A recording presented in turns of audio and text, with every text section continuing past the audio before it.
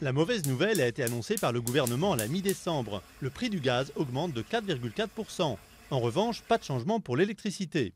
Côté santé, les tarifs des mutuelles grimpent de 4,7%, conséquence de l'alourdissement de la taxation des contrats de santé destinés à renflouer les caisses de la sécurité sociale.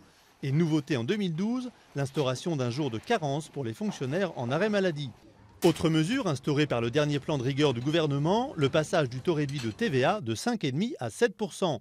Sont concernés la restauration, l'hébergement, les travaux à domicile, les services à la personne et enfin les livres à partir du 1er avril. Seul secteur épargné, les cantines scolaires et les produits de première nécessité.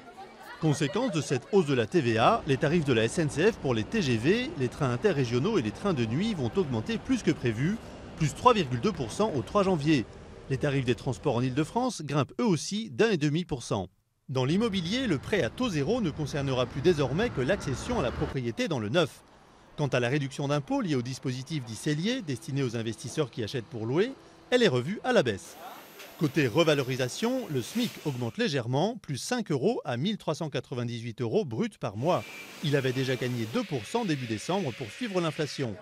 Plus 1,7% pour le RSA, revenu de solidarité active, soit une hausse de 7 € pour une personne seule et sans enfant qui touchera désormais 474 € par mois. Les prestations familiales, elles, ne seront pas revalorisées avant le 1er avril.